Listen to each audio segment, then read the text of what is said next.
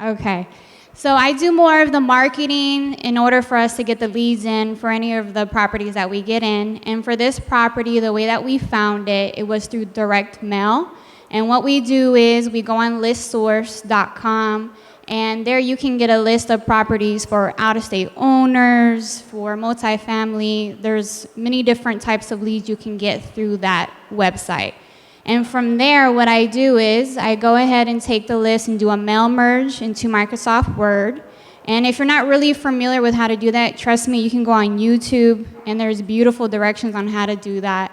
And from there, I just create a mailer list. And so you have a template that you send to all of the list that you get from online, and then you put it in the invitation envelope. And from there, we just send them out. And this is one of the leads that we got back from that direct mail. Again, was for out of state.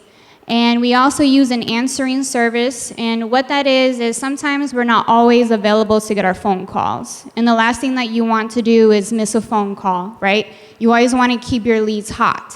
And so what we did is use an answering service, and that means that it goes to a third party. They pick up the phone, and they follow a script that we have. And from there, we get an email with all of the questions filled out, the location of the property, how many bedrooms, etc., if it needs repairs. From there, we follow up with the owner of the house, and we go over more information about the property. And this owner, the seller wanted to cash out as soon as possible, and he currently had tenants paying inside of the house that were paying only $800 a month.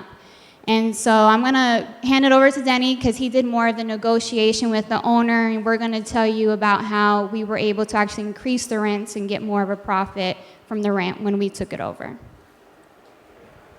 Thank you, Desi. All right, so when the seller had called on the answering service, one of the questions that I have is the price flexible? And he said yes, it was, after he gave me his price of 107. Then I called him back and I said, you said your price was flexible. How flexible is it? And he said, I could do 90.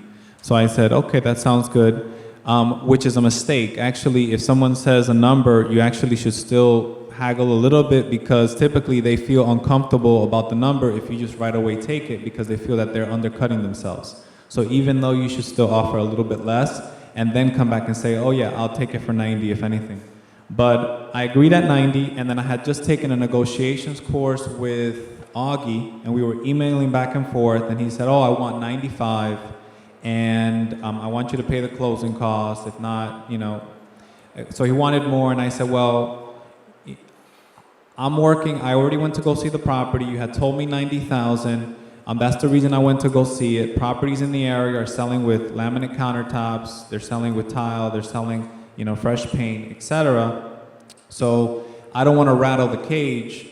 If you want, let me know what you want to do. And I left it at that in the email, and he just responded back, no, I would just do 90. So we got it for 90, and then we ended up doing the carpet, and we did the interior paint, and the property was appraised right away, and it was worth 128 from the same day I bought it, before even the carpet and the paint. And currently I still own the property, and I rent the property, and it's currently worth right around 160 right now. And we have it currently rented, and I think in the next slide, it talks about the rent, and we rented it for $1,200 a month, Section 8, guaranteed rent, and the debt service is $370, so we basically net around $300 a month.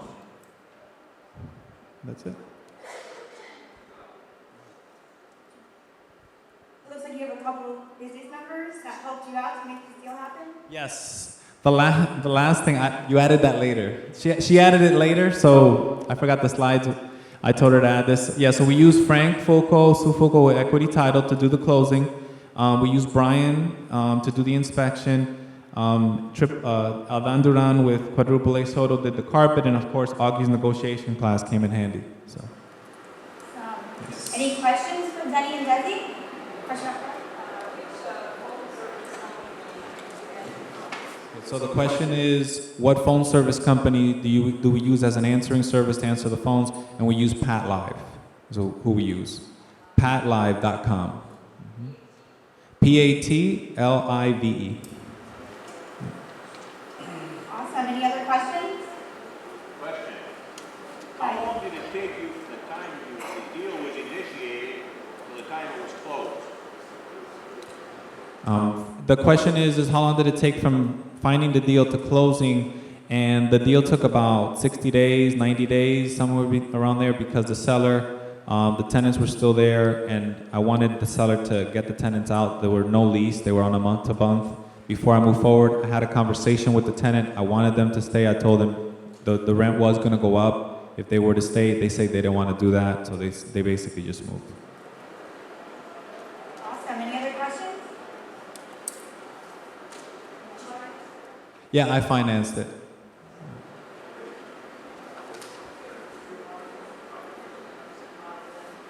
Yeah, we bought out of state, is what we targeted. Out of state homeowners, people that own the property out of state. So we just hit, and it was a numbers game too. We didn't just do it once; it was several times.